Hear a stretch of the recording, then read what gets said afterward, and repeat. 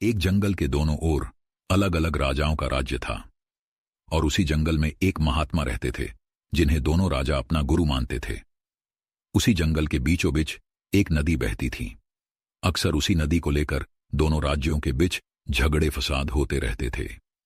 एक बार तो बात बिगड़ते बिगड़ते युद्ध तक आ पहुंची। कोई भी राजा सुलह को तैयार नहीं था, सो युद्ध तो निश्चय ही था। दोनों राजाओं ने युद्ध से पहले महात्मा का आशीर्वाद लेने की सोची और पहुंच गए जंगल की उस कुटिया में जहां महात्मा रहते थे। पहले एक राजा आया और उसने महात्मा से युद्ध में विजय का आशीर्वाद मांगा। महात्मा ने कुछ देर उस राजा को निहारा और कहा कि राजन, तुम्हारे भाग्य में जीत नहीं दिखती, आगे ईश्वर की मर्जी। यह सुनकर पहला राजा थोड़ा विचलित तो हुआ, फिर उसने सोचा कि यदि हारना ही है तो पूरी ताकत से लड़ेंगे, परंतु यूं ही हार नहीं मानेंगे, और अगर हार भी गए तो हार को भी औरों के लिए उदाहरण बना देंगे, परंतु आसानी से हार नहीं मानेंगे। यह निश्चय कर वह वहां से चला गया। दूसरा राजा भी जीत का आशीर्वाद लेने महात्मा के पास आया, उनके पैर छुए और विजय श्री का आशीर्वाद मांगा। महात्मा ने उसे भी कुछ देर निहारा और कहा कि बेटा, भाग्य तो तुम्हारे साथ ही है।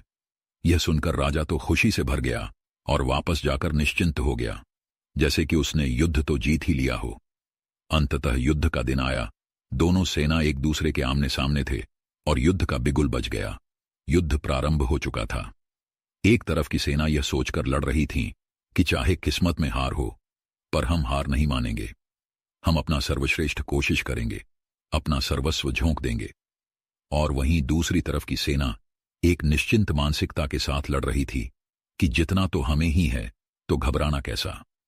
लड़ते लड़ते दूसरी सेना के राजा के घोड़े के पैर का नाल भी निकल गया और घोड़ा लड़खड़ाने लगा, पर राजा ने ध्यान ही नहीं दिया, क्योंकि उसके दिमाग में एक ही बात चल रहा था कि जब जीत मेरे भाग्य में है ही, फिर किस बात की चिंता। कुछ ही क्षण बाद दूसरे राजा का घोड़ा लड़खड़ाकर गिर गया, जिससे राजा भी जमीन पर गिर पड़ा और घायल हो गया और वह दुश्मनों के बीच गिर गया। पहले राजा के सैनिकों ने उसे बंधक बना लिए एवं उसे अपने राजा को सौंप दिया। युद्ध का निर्णय हो चुका था। युद्ध का परिणाम बिल्कुल महात्मा के भविष्यवाणी के उलट था। निर्णय के बाद महात्मा भी वहां पहुंच गए। अब दोनों राजाओं को बड़ी जिज्ञासा थी कि आखिर भाग्य का लिखा बदल कैसे गया। दोनों ने महात्मा से प्रश्न किया कि गुरुवर, आखिर यह कैसे संभव हुआ। महात्मा ने मुस्कुराते हुए उत्तर दिया, राजन, भाग्य नहीं बदला, वो बिल्कुल अपने जगह सही है, पर तुम लोग बदल गए हो। उन्होंने विजेता राजा की ओर इशारा करते हुए कहा कि अब आपको ही देखो राजन, आपने संभावित हार के बारे में सुनकर दिन रात एक कर दिया। सब कुछ भूलकर आप जबरदस्त तैयारी में जुट गए, ये सोचकर कि परिणाम चाहे जो भी हो, पर हार नहीं मानूंगा। खुद हर बात का ख्याल रखा, खुद ही हर रणनीति बनाई, जबकि पहले आपकी योजना सेनापति के भरोसे युद्ध लड़ने की थी। अब महात्मा ने पराजित राजा की ओर इशारा करते हुए कहा कि राजन, आपने तो युद्ध से पहले ही जीत का जश्न मानना शुरू कर दिया था। आपने तो अपने घोड़े की नाल तक का ख्याल नहीं रखा। फिर आप इतनी बड़ी सेना को कैसे संभालते और कैसे उनको कुशल नेतृत्व देते। और हुआ वही जो होना लिखा था।